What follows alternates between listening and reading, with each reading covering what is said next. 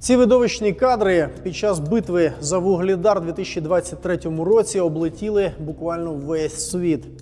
Російська БМП з надписом «Дракула» на броні тікає з поля бою і накручує на гуслі власних солдат. А ось 6 росіян намагаються вкритись від українського вогню у вирві, і український дрон скидає гранату точно в цю лунку. Страйк. Хто ж це зробив?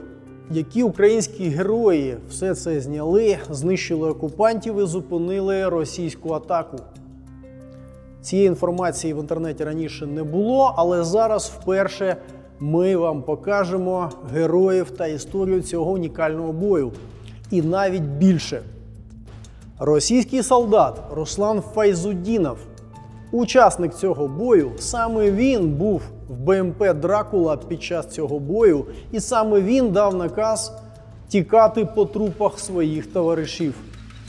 Файзудінов залишив детальний опис цих подій і всього бою, всього, що трапилось у той день.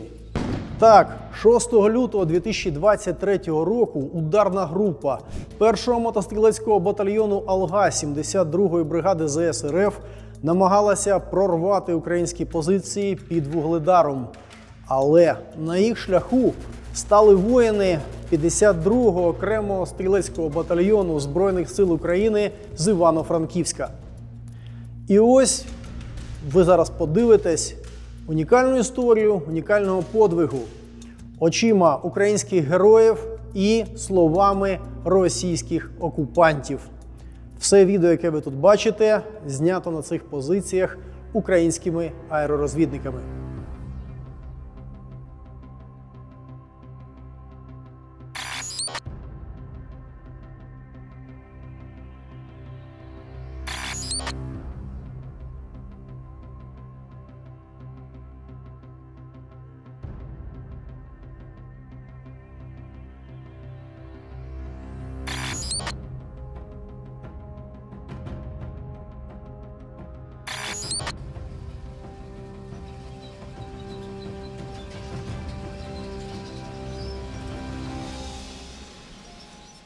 Цитата Руслана Файзудинова, военнослужащего батальона «Алга» из экипажа БМП «Дракула». Командир роты, позывной «Спасатель», сказал, что штурмовать нужно было с поля. Нам проделают проход в поле самоходной установки разминирования УР-77 «Метеорит», в армии называемой «Змей Горыныч». Потом пойдут Т-80 с противоминными тралами. Сами посадки разминируют арта при артподготовке и бронетехника своими выстрелами по позициям врага при штурме. Танки и БМП должны были устроить так называемую «карусель», ведя постоянный огонь по противнику, разворачиваясь в конце посадки и продолжая стрелять, продвигаясь обратно к началу посадки. Он сказал, что главная внезапность, якобы там 3 опорника и разветвленные ходы, траншеи. При этом один из опорников, ближний к нам, уже взят, а укропов там не более 30 мобиков, трясущихся от страха. В цій посадці було от Лев-1, Лев-2 – це по 4 чоловіка, і в нас 8 чоловік було на опорнику. Це арні позиція називалася. Всього 16, які... Ну, цей бій з батальйоном «Алга» прийняло 16 чоловік, так. Да. Коли почався цей штурм, якраз я виявив цю колону ще на під'їзді, тобто в нас був час, щоб додаткові наші хлопці, які сидять вдома відпочивають, щоб вони під'їхали і нам також допомогли. Крім цього, 2 екіпажі були наші і сусіди наші, 68-ма єгерська бригада. Після того, коли дрон підняв камеру, ми побачили колону техніки, яка рухається в нашому напрямку. Рішення приходилося приймати швидко, знаючи свої можливості свого підрозділу. І потім почався такий потужний артобстріл міномета, 120-та танки, і там і гвинтокрили були, і РСЗВ працювало. 1,5 години, так що після 1,5 години вже так мало хто зображав, що в вухах гуділо. І тут так стоїш, я командир ВОПа був, я на той момент був ТВО, командир відділення, і старший був опорника. І чуєш в рацію: увага всім, приготувати гранатометні засоби, всі засоби для ведення бою. Так почалося в нас 6 лютого. Основная задача стояла перед 3-й ротой и приданной ей бронетехникой с экипажами Тимеры и Алги, а также самой 72-й бригады, 4 танка, 7 или 8 БМП с пехотой на них. А це наш перший бій. Ми тоді перший раз, ми постійно тренувалися, практикувалися, але справжній бій, коли ти бачиш, як ти чуєш, як їде техніка, це була посадка у нас, і з лівої сторони десь 30-40 метрів від нас проїжджала колона бронетехніки. Як ми потім дізналися, це було 15 бронетехніки, якщо не помиляюсь, 6 танків і БМП, БТРи. Я розумів, що любим способом потрібно зробити так, щоб техніка встала. Піхота – це вже інша історія буде, а треба все зробити, щоб техніка стала. Въехали в посадку, навстречу нам попалась та самая машина разграждения, она проехала мимо нас. Поле было густо усеяно минами, впереди раздавались взрывы. Один из ехавших танков практически сразу тралом подорвал мину, в результате один трал оторвало. Сам проход, проделанный танками с тралами, был ровно на ширину одной брони. Куда там стрелял этот УР-77, вообще было непонятно. Расстояние от этого проезда до посадки было метров 40-50, соответственно, вплотную к посадке техника подъехать не могла. Все было усеяно минами, сразу бы подорвалось. Поле и мины были припорошены снегом и плохо видны. Кроме того, передвигавшаяся техника не могла развернуться в этом коридоре. Но даже та, что смогла это сделать, упиралась в лоб подорванной или идущей навстречу технике и становилась легкой добычей врага, или подрывалась на минах, пытаясь объехать подбитую. Інженерним обладнанням займалися сугубо мої сапери, які є в підрозділі. Це ставилося за ніч, вони могли ставити по 50, по 60 штук. Чого за ніч, казалось би, той, хто далекий від цього всього. Це все зробити не так просто, бо людям приходилося просто повзати і їх розставляти. І ще треба було розставляти так, як я це говорив. Как только колонна втянулась, враг открыл огонь. Началось методичное уничтожение нашей колонны. Было подорвано одно из БМП, впереди сидящих на броне бойцов раскидало, многие были ранены или убиты. В это время в один из танков прилетел выстрел ПТРК в башню, танк был подбит. Пытавшиеся объехать горящую технику подрывались на минах, поскольку объехать подорванную броню можно было только по полю. Из посадок по нам уже велся огонь. Ми вже виглядаємо з нашого окопу і ми по правді бачимо, як ця техніка проїжджає, їде попри нас. І нам по радіостанції зразу кажуть діставати гранатометні засоби і вести вогонь. У нас тоді на позиції було 6 чоловік, ми самі перші були, маємо приймати бій. Великі сили були вже біля наших позицій, тому що вони проїхали наш перший ВОП. Метрів вже, напевно, 30-40 вони його проїхали. Піхота почала вигружатись і штурмувати позицію. І вже хлопці в окопах просто леви. До речі, позиція Лев називалась наша. Тут командир заходить, бойова готовність, там ми всі зібралися і по машинам виїхали на підсилення. Тобто, коли ми вже їхали, ми вже чуємо по рації, там я сидів поряд з командиром, що там закінчується БК у хлопців. Ну, типу, у мене автоматом вже в голові розумів, що потрібно БК якнайшвидше доставити. В один из моментов по перпендикулярной посадке, которая являлась переходом в дальнюю, параллельную нашей, также занятую украми, после отработавшего по нам АГСа стала заходить группа из примерно 7 или 8 бойцов с темными рюкзаками за спиной. Они перебегали в нашу посадку, пригибаясь, держа дистанцию один за другим, и на ходу вели по нам огонь из стрелкового. Открыли ответный огонь по ним. В тот момент, когда пули ударили по броне над головой, я отпрянул и посмотрел направо, на Зевса. Несколько пуль попали в него, одна в голову, пробив каску, другая в спину на уровне лопаток. Он дернулся и затих. Он уже давно был тяжело ранен и лежал в воронке рядом с зябликом. Я не знаю, кто это были, но так стрелять на бегу кучно могут только хорошо обученные бойцы с немалым опытом. Мы решили, что, скорее всего, это наемники или спецы, ну уж точно не мобики, как нас убеждали, слишком слаженно работали и слишком профессионально стреляли. Дійшли повторюся, до тої точки, де знаходились БК, взяли БК, дочекались команди командира. Командир дав чітку команду, що там двійкам уперед. І ми з рюкзаками там поступово так переходили. Там є певна частина, ділянка, де повністю прострілюється ворогом, там немає нічого. Типу, там вже і танки були тоді, і москалів, типу, то все. І вони звідти бачили, що вони сунуть. Типу, ну. І перші групи, які йшли, там вже і прикривали, присідали, типу, прострілювали туди, відстрілювали, щоб дати змогу пройти наступним групам. Укропы высовывались из глубоких окопов и из зарослей, производили выстрелы из гранатометов и стрелкового оружия и скрывались в них опять. Мы вели огонь по ним с брони, было тяжело бить прицельно. Подкатились практически к концу посадки. Впереди, уткнувшись носом в перпендикулярную посадку, уже стояли 2 подбитых танка. Разворачиваться было негде. Одна полоса, кругом мины, и идущий впереди танк начал сдавать назад. Ну, плотність була добра. Працювали все. І танчик працював, стріляв, і з кулеметів вони працювали, і піхота також. Важко було, бо по посадці велася цілий час обстріл і все. А скільки взагалі пострілів по танках, по бронетехніці ви з посадки зробили? Я особисто зробив 5.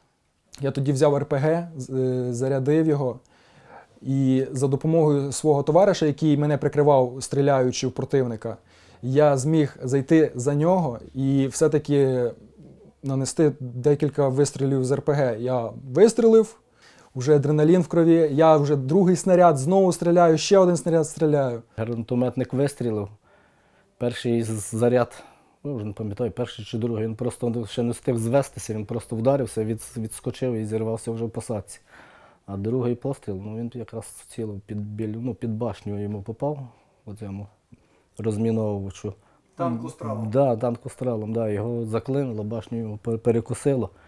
І після того він ще заїхав на міну. Мій товариш, в нього позивний Лев, то він взяв, питається, у вас є якісь гранатометні засоби? Кажу, є. Я йому кинув в руки, він безстрашно, то було що з чимось. Я дивився на нього, це безстрашна людина. Він тоді взяв цей АТ-4, вибіг з посадки і прям прицілився в задню частину цього бронетехніки і вистрілив спокійно. Так само в мене товариш, який зі мною на позиції стояв, Муха. Він тоді РПГ взяв, тоді ще у нас лишався один снаряд, то він перебіг до нас на Лев-1, на 20 метрів вперед на позицію, і він в бік вистрілив цій бронетехніці. Так що вони разом дуже файно це зробили. Вони зупинили цю техніку. Техніка зразу зупинилася і почала диміти. Спочатку ворог групувався, так би мовити, вміло. Він робив невеликі кучки, заходив в посадку. Вони продовжували атаку, ніякої зупинки чи паніки в них на початках точно не було. Паніки не було, так? Ну, по крайній мірі, те, що ми з дронів бачили, там не наблюдалось паніки. Це були підготовлені насправді люди. Вони продовжували атаку. Навіть бачачи втрати, тому що підриви мін, десант розривало, він падав там. Колым постоянно пытался вызвать по рации Шайтана, передал, что большинство ранены, учитывая плотность огня в первые же полчаса боя. Он опять запросил артподдержку и помощь, тот, видимо, не отвечал. Через некоторое время кровотечение остановилось, и я вернулся в строй. Потом погиб Колым. Снайпер снял его. Умирая, он передал мне рацию. По рации были слышны переговоры с командованием бойцов, пытавшихся штурмовать средний опорник. Просили помощи и артподдержку вывести раненых. На деякій відстані були сили і засоби, якими ми могли відпрацьовувати легку броньовану техніку з тої відстані, плюс піхоту. І коли вони почали висуватися, ці, що безпосередньо висадилися біля посадки, вони боялися підійти туди, через те, що ми людей заховали і просто крили всім, чим можна, крім мінометів і гранатометів, які з відстані стріляють, бо не була небезпека попадання просто в свій окоп. Стрілкотньою можна було це робити, бо пулі летять просто поверху, вони не залітають в цей самий. І це дуже хорошо спрацювало. Скупчення вогню, це були і снайпера в мене сиділи, працювали, і браунінги були, і МГ, пулемети, і покемони також були. Все це спрацювало дуже добре по знешкодженню цієї піхоти, яка йшла. Це було там декілька хвиль її, але вони дуже хотіли прорвати, не вдалося їм. Мы спрыгнули с брони и рассредоточились, продолжали вести огонь по посадке. С одного из подорванных БМП к нам подбежали Лео, Большой и Белый. Потом приползли оставшиеся в живых раненые танкисты из сожженных танков. Один из танкистов с окровавленным лицом, которого тащили двое других, глядя мне в глаза, спросил, что делать, я ранен. Что я мог ему сказать? Ситуация была практически безвыходной. Сказал, что надо рассредоточиться дальше, к началу посадки не пройти, там работает пулемет, снайпер, но они решили, что могут проскочить и попытались прорваться по полю позади нас. Часть из них почему-то решила зайти в посадку. Им кричали, махали руками, но они все равно зашли туда. Потом узнали, тех, кто не погиб, укры взяли в плен. С ними ушли Лео и Север, хотя я и говорил Северу остаться, но он решил прорываться, хотел привести помощь. Север был убит огнем из автоматов и пулемета. І я виглядаю, я замічаю, як один з ворогів, цей кацап, він біжить в нашу сторону нашої посадки. Він уже був, коли його замітив, він вже і так дуже був близько до посадки.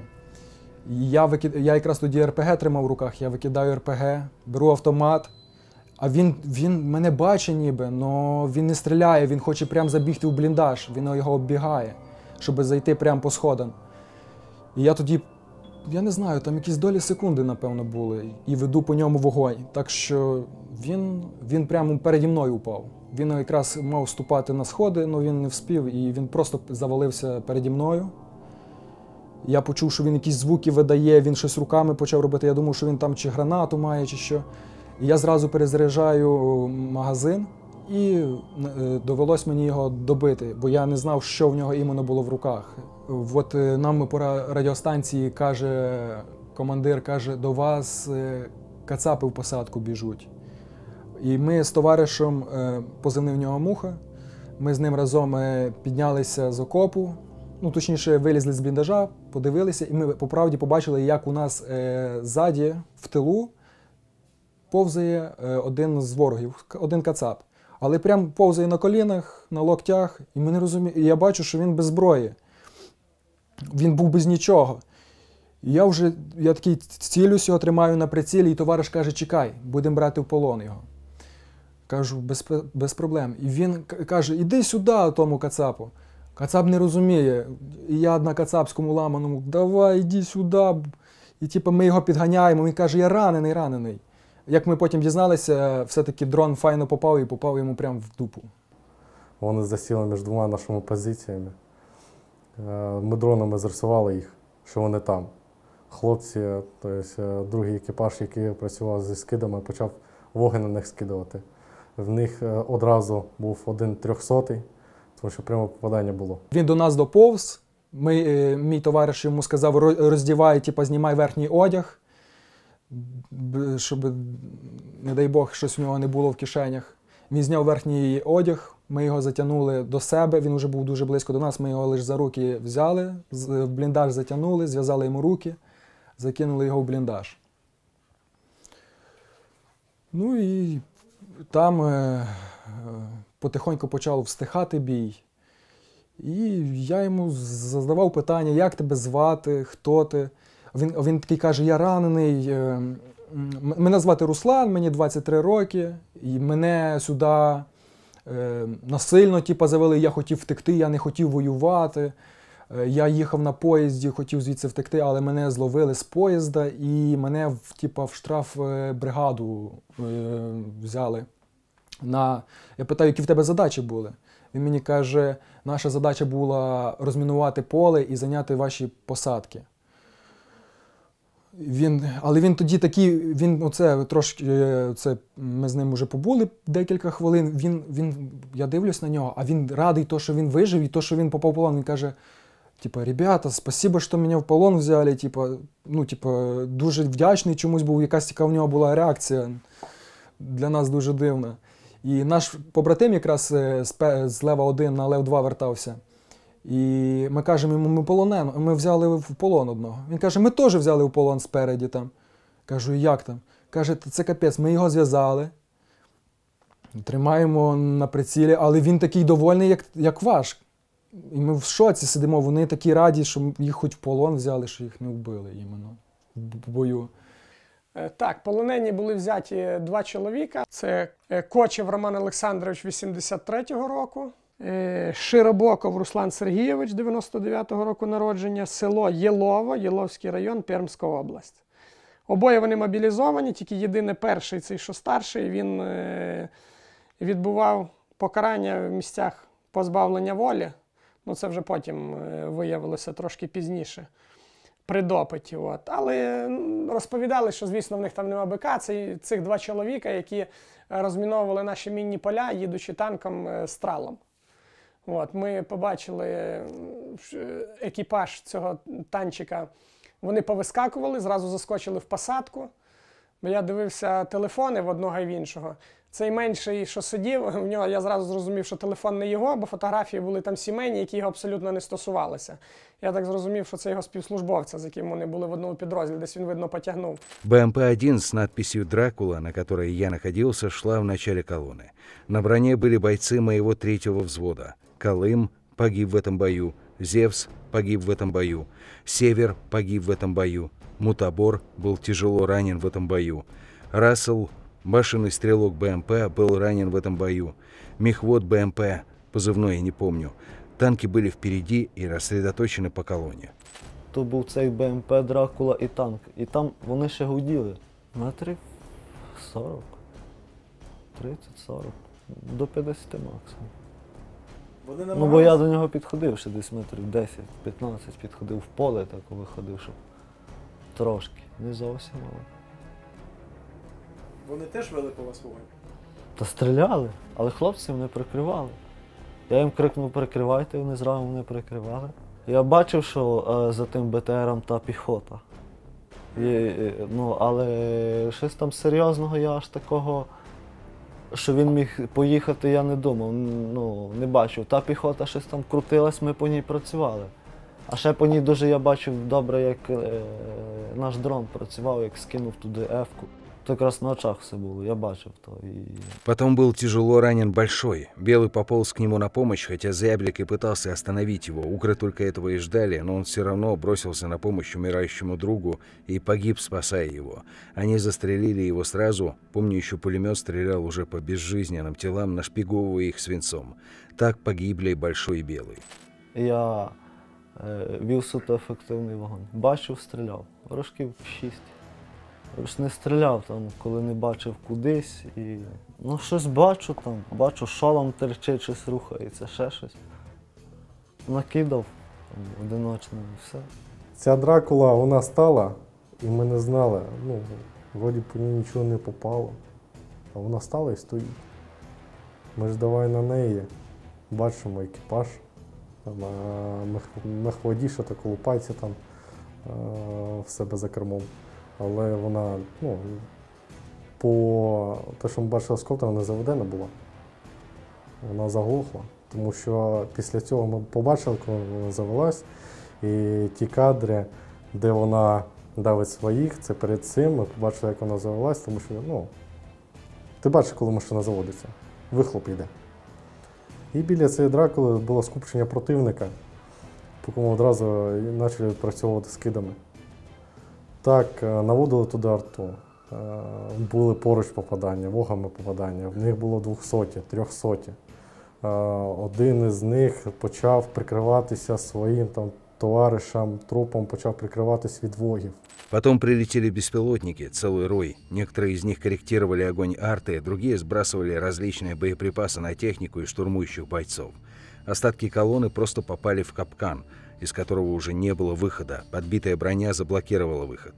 Это был огненный мешок. Ребят стали методично уничтожать, как в тире. Они были как на ладони посреди минного поля. Некоторые экипажи горящих и подбитых танков и БМП так и не смогли покинуть их, так в них и остались. Коли я побачив цю Дракулу, що вона стоїть, ми спочатку думали, що там уже нікого немає, бо вони всі почали з техніки тікати. Але періодично літає дрон. Дрон літає, ми спочатку на неї таку особливої уваги не звертали, бо були вже сконцентрувалися на самій піхоті, яка втекла в посадку. Потім, коли дрончик почав літати, ми дивимося, що там ніби є якесь шевеління. Побачили, що шевелиться каска. Замітили, що там сидить боєць, в Дракулі, але вона просто стоїть на місці. І він, голова шатає, тобто він щось, чи він там з кимось спілкувався, чи ще що, не було зрозуміло, скільки їх там іменно в броні знаходилося народу, але ми бачили цього одного, голова не з люка торчала, просто був люк відкритий, бо вони так їхали. І видно, що він щось там, щось з кимось чи комунікував, чи просто щось він там намагався зробити. І я тоді даю наказ, давайте його, бо ж там є один живий, який не вилазить. Тоді я і сказав, що треба її знищити, бо не було зрозуміло, скільки їх там народу і на що вони здатні. Знову ж таки, йому ж нічого не заважало там повернути башню і відпрацювати по позиціях і взагалі. Але потім ми пробували пару разів скинути, на жаль, не вдало, бо там і вони працювали також по нас, вони ще тоді повзали, вони також ховалися і під свою техніку в тому числі. І коли вони вирішили заховатися вже під цю Дракулу, там ми побачили, що цей чудак вже він не збирається нічого робити, він просто хоче втікти і почав своїх вкатувати в поле просто. І все. Неофициально 6 февраля в том бою погибло около 30 душ. Гибель большинства мы можем подтвердить лично, они гибли у нас на глазах. Мне говорят некоторые, почему ты не остановился, не забрал раненых с середины посадки. Да, это моя вина, признаю. Признаю и то, что сказал разворачиваться по телам. Другого выхода просто не было, только смерть. Но чтобы понять это, нужно было быть там, умирать рядом с нами. Але вони що розвернулись і поїхали. Вони поїхали по своїм 200-м, наче на гусянку. Я спочатку бачу, він одного на гусянку наматує. А потім вже остаточно розвернувся, бачу, там ще й другий на гусянку. Вони поїхали, той хлопець, який закривався тілом свого товариша, він перший застрибнув ту БМП. Він кинувся, їм було байдуже на всіх. То, як вони кричать, русський своїх не бросає, ми побачили, як вони не бросають своїх. Колым постоянно пытался вызвать по рации Шайтана, передал, что большинство ранены, учитывая плотность огня в первые же полчаса боя. Он опять запросил артподдержку и помощь, тот, видимо, не отвечал. Потім ми їх почали мінами закидати, старший начальник, і була велика воронка. В цій воронці заховалися танкісти, хлопці зі зброєю теж, вони залягли в воронку так по кругу. Дронщики їх відпрацювали ефками. Командир 3-й роти Валеев. Я дал команду эвакуировать его. Он отказался от эвакуации. Его оттащили в яму, он дальше продолжал управлять боем. Когда завис коптер над ним, он увидел гранату, сейчас бросит на него. Последние слова его было в эфире. Командир, я все, прости. Якщо я не помиляюсь, 5 кацапів, я їх спалив і одразу передаю до іншого екіпажу, говорю, слухай, давай лети туди, давай скидуй на них. І він як залетів туди, як скинув гранату, ми побачили, гранату попала в воронку прямою наводкою. І ми побачили, як кацапи почали біжати. Одного вони тягли, то був, скоріш за все, ж командир їхній якийсь. Одного відтягував. Всі останні там були як пушечне м'ясо. Кто не понимает, как работают беспилотники, посмотрите видео, коих полно в инете. Да и видео с работой конкретно по нам там немало. От них не скрыться, а если за пультом профессионал с опытом, а именно такие убивали нас, это просто ад без возможности спасения. Нас атаковали каждые 10-15 минут, сбрасывая все, что только можно, от вогов и гранат до мин и выстрелов к РПГ. Прилетали по 2 и по 3 сразу. Не попал один, увернулся, и тут второй, третий сразу. Они даже выбирали цель, например, одного бойца, и втроем пытались убить его, как в тире. Ты стреляешь по ним, кричишь в бессильной злобе, жмешь на курок, пока не кончаются патроны в магазине, но ты все равно продолжаешь жать на него. А они уворачиваются и как бы махают крыльями, тебе издеваясь. Черные птицы смерти, под брюхом которых на сбросе болтается твоя смерть. Она смотрела нам в глаза каждый раз перед сбросом, и так почти 6 часов. А потом ты или кто-то из нас истошно кричит «Сброс!», и ты пытаешься увернуться от летящей к тебе смерти. Ты видишь, как к тебе летит твоя смерть. И ты мечешься по земле, пытаясь увернуться. 6 часов ада. Помимо этого, нам приходилось отстреливаться от стрелявших по нам из посадок, в том числе от гранатометчиков, чтобы не успели прицелиться по Бэхе и по нам. Этого не забыть. У каждого из оставшихся и в живых десятки осколков в теле было разных размеров. І вони вже суто працювали в ближньому бою з піхотою. Там шансів ніяких не було. Все навколо нашого ВОПу було встелено в їхніх тілах. Там просто вони горою один на одному так і складувалися. Ми скоригували артилерію так, що одна артилерія працювала саме по колоні. Майже вся колона була знищена. Було влучання нашого 120-го міномета з 4-го снаряда, пряме влучання в БМП. Це позаду колони. Ми тоді були в шоці. Ворог поніс великі втрати, бо вони декількома хвилями наступали, геть аж до самого вечора. Головне, зберегли весь особовий склад. У нас, всі, що були на позиції, у нас не було жодного пораненого. У нас було тільки, контузії були і важкі контузії. Оті з 8 чоловік, які стояли на спешці. Основні втрати у нас хлопці отримали, які підносили БК. І все-таки кожен виконував свою роботу. Треба було таки туди комусь піти, це 100%. І ми пішли. З допомогою всіх. І ми, і спрацювала наша арта, і наші дронщики зробили роботу. Що не відступили, ніхто не пішов назад, ніхто не здався, ніхто не втік, і робота була зроблена. Той день під час цих штурмів героїчно загинув мій боєць з підрозділу, який там тоді чинив опір і мужньо стояв на тому рубежі, Николаєв Михайло Васильович. Він підносив БК, але була така плотність вогню, молодий хлопець. На жаль, війна є війна. Як би цього не хотілося, але, на жаль, без втрат неможливо виконувати задачі. Весь особовий склад був мною поданий на нагородження головнокомандувача. Ще не всі відзначені, хто приймав участь в тому бою. Ще ми чекаємо, бо були зроблені відповідні подання, все, і так частинками нагороди приходять. Я це все постійно контролюю, бо це все важливо для людей. Дуже важливий моральний дух і в цьому напрямку також. Так що це треба, щоб були однозначно люди нагороджені, бо була робота просто титанічна, як для нашого підрозділу зроблена, я рахую, що будь-який командир, який через щось подібне проходив, неважливо, там він чи це стрілецький батальйон, чи штурмовики, вони знають, про що мова йде. Це просто дуже така... Це ні з чим не порівняєш.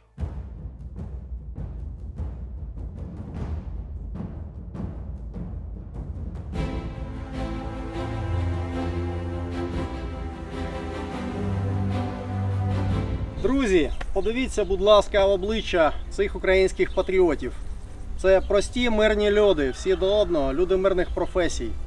Але коли ворог прийшов на нашу землю, вони встали у стрій і взяли в руки зброю. Саме ці бійці 52-го стрілецького батальйону з Івано-Франківська 6 лютого 2023 року розгромили російський батальйон Алга і відбили усі спроби росіян захопити українське місто Вугледар. 52-й батальйон! Честь і відвага! Слава Україні! Героям слава!